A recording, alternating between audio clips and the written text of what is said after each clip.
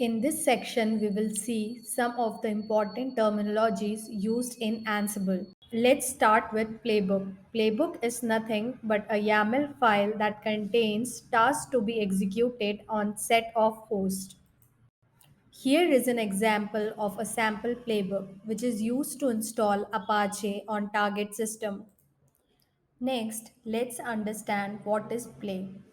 Play defines the work to be done on target system. A playbook can contain one or multiple plays.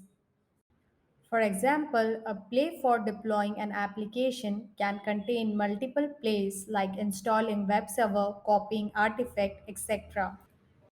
Moving ahead, we will see what is a task. A task is an individual action to be performed on a remote host, such as installing a package or creating a user. A playbook contains plays, and a play consists of tasks. In this playbook, you can see we are performing various tasks to install and configure Apache.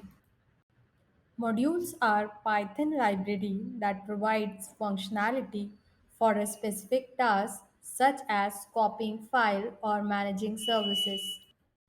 In this example, you can see we have used multiple modules like apt, copy, and service.